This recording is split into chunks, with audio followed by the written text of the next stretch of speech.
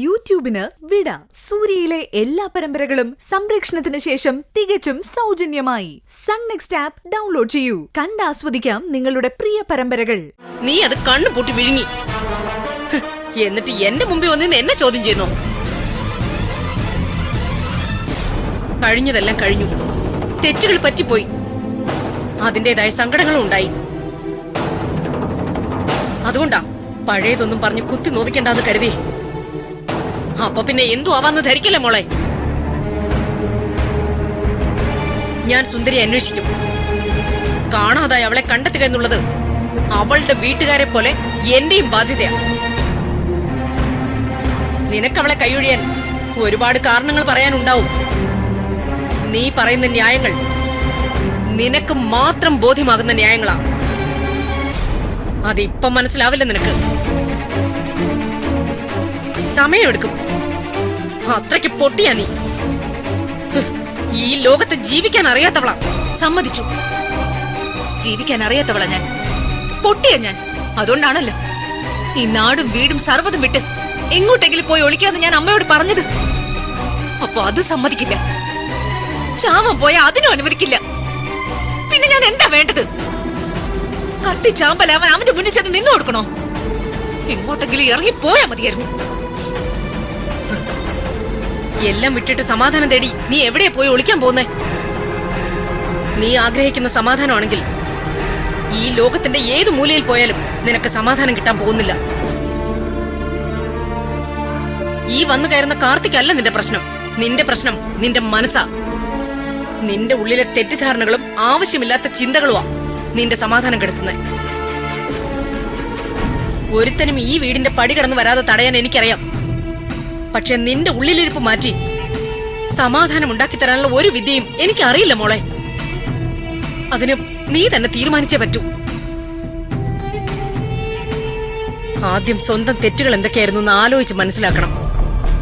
തനിച്ചു ചെയ്ത തെറ്റുകൾ മറ്റുള്ളവരുടെ തലയിൽ വെച്ച് കെട്ടി രക്ഷപ്പെടാൻ കാണിക്കുന്ന മനസ്സിന്റെ വ്യഗ്രത അവസാനിപ്പിക്കണം. എന്നാലേ നിനക്ക് സമാധാനം കിട്ടൂ. ആയിക്കോട്ടെ, ഞാൻ ചെയ്യുന്നതെല്ലാം എന്റെ ന്യായീകരണത്തിന് വേണ്ടി മാത്രമാണ്. പക്ഷെ ഒന്ന് ഞാൻ പറയാം, ഇനി കാർത്തിക് എന്നെ തേടി വന്നാൽ അവൻ എന്നെ ആയിരിക്കില്ല കൊല്ലുന്നത്.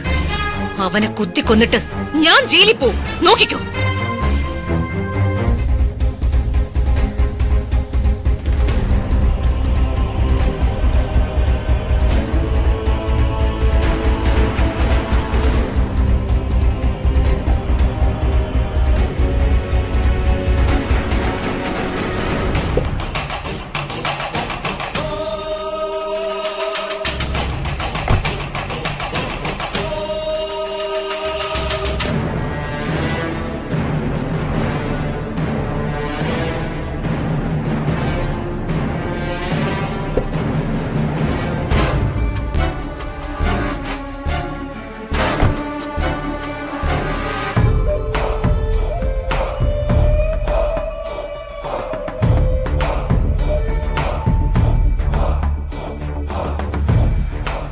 നീ യെസ്, സാറിന് ജാമ്യത്തിലിറക്കാൻ ഞാൻ തന്നെ വക്കീലിനെ ഏർപ്പാടാക്കിയത്. എന്തിന്? ഒന്നും കാണാതെ ഒന്നും ചെയ്യുന്നവളല്ല അർച്ചന. അത് കാർത്തിക്കിന് നന്നായിട്ട് അറിയാവുന്നതല്ലേ.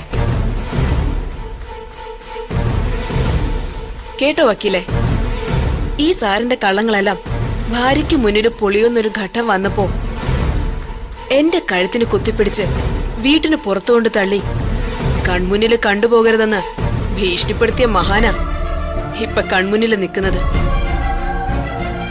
സാറിന്റെ ഓഫീസിൽ നിന്ന് ഞാൻ അടിച്ചു മാറ്റിയ ഒരു 40 ലക്ഷം രൂപ തിരികെ അക്കൗണ്ടിലിട്ടില്ലെങ്കില് കേസ് കൊടുക്കൊന്നൊന്നുമല്ല, കൊന്നു കുഴിച്ചുമൂടി കളയോന്ന് അന്ത്യശാസ്ത്രം തന്ന മെടുക്കനാ സാറ്.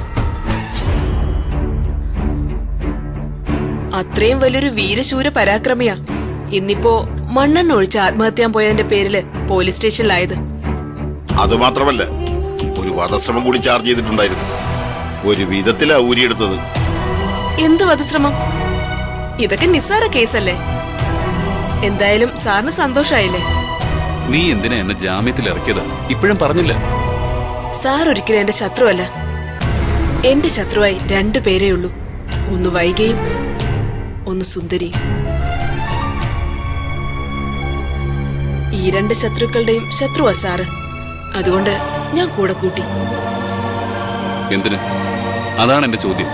സാറേ, വൈഗയുടെ വീട്ടിൽ കയറി സാർ ഇത്ര അതിക്രമം കാണിച്ചിട്ടും വൈഗ മാഡം ഒരു കടലാസിൽ ഒരു പരാതി എഴുതി പോലീസ് സ്റ്റേഷനിൽ കൊടുക്കാതിരുന്നത് എന്തുകൊണ്ടാണെന്നറിയോ?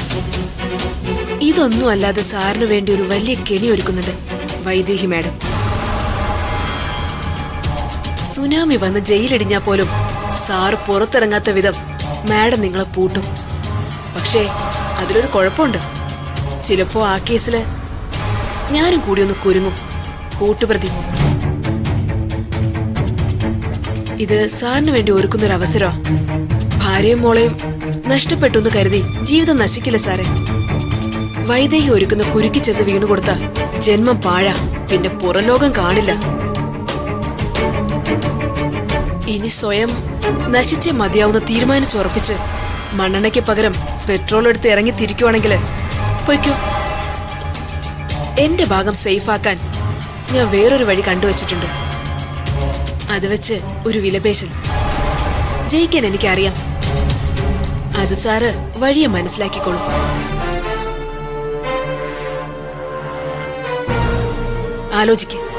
ആലോചിച്ച് തീരുമാനിക്ക്. ജീവിക്കുന്നെങ്കില് അത് പുറത്തായിരിക്കണോ അകത്തായിരിക്കണോ എന്ന്, അതോ സ്വയം കത്തിച്ചാകണോ എന്ന്. പോട്ടെ.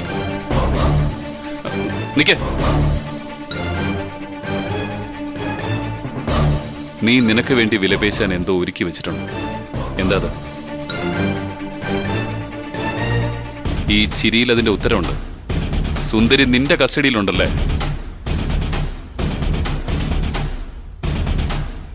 സത്യം പറ, സുന്ദരി എവിടെയാ ഇപ്പോ ഉള്ളത്? മിസ്റ്റർ കാർത്തിക്, നിങ്ങളെ ഏൽപ്പിച്ച പണി ചെയ്യ. എന്റെ പണി ഞാൻ ചെയ്തോളാം.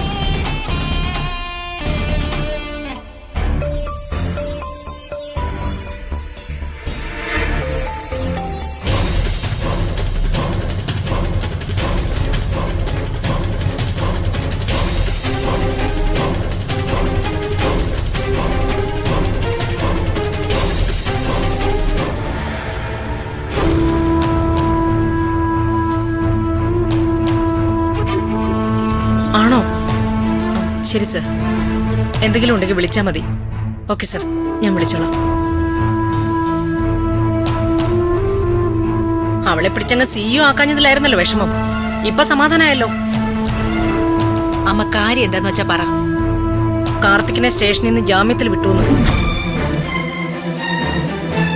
ജാമ്യത്തിൽ വിട്ടുവെന്നല്ല പറയേണ്ടത്, വക്കീലുമായി ചെന്ന് ജാമ്യ വ്യവസ്ഥകൾ കൊടുത്ത് ഇറക്കിക്കൊണ്ടു പോയെന്നാ ഇപ്പൊ കമ്മീഷണർ ഓഫീസിൽ നിന്ന് വിളിച്ചു പറഞ്ഞത്. ഇറക്കിയെന്നോ? ആരാ ജാമ്യത്തിൽ ഇറക്കിയത്?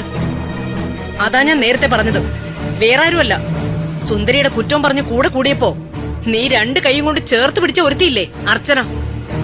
ആ അർച്ചനയാ കാർത്തിക്കിനെ ജാമ്യത്തിൽ ഇറക്കിയിരിക്കുന്നത്. സ്നേഹം നടിച്ച് വീണ്ടും അവള് നിന്റെ കൂടെ കൂടിയത് നിന്നെ രക്ഷിക്കാനായിരുന്നില്ല വൈക. സ്വന്തം കള്ളം പൊളിയുന്ന അവസ്ഥയിൽ കാർത്തിക് അവളെ പിടിച്ച് വീടിന് പുറത്താക്കിയെങ്കിലും ഇപ്പൊ രണ്ടും കൂടി വീണ്ടും ഒന്നിച്ചേക്കുക. എന്തിനാ? ശത്രുവിന്റെ ശത്രു മിത്രമെന്നാണല്ലോ. ഇല്ലാതാക്കാനത്, നിന്നെ ഇല്ലാതാക്കാൻ. കാർത്തിക്കിനെ അർച്ചന ജാമ്യത്തിൽ ഇറക്കിയിട്ടുണ്ടെങ്കിൽ ഒരു കാര്യം വ്യക്തം, അണിയറയിൽ എന്തൊക്കെയോ കളികൾ നടക്കുന്നുണ്ട്. എനിക്കെല്ലാം മനസ്സിലാവുന്നുണ്ട്. ഈ അർച്ചനയെ തിരികെ എന്റെ അടുത്ത് എത്തിച്ചത് അവൻ തന്നെയാ. ഇപ്പോ ഊഹങ്ങളെല്ലാം ഏകദേശം വ്യക്തമായിട്ട് വരുന്നുണ്ട്. നിന്നോട് എത്രത്തോളം ശത്രുത അർച്ചനയ്ക്കുണ്ടോ, ആ നിന്നെ രക്ഷിച്ചതിന്റെ പേരിൽ അതേ ശത്രുത അർച്ചനയ്ക്ക് സുന്ദരിയോടുണ്ട്. സുന്ദരി മിക്കവാറും അവളുടെ കസ്റ്റഡി കാണും.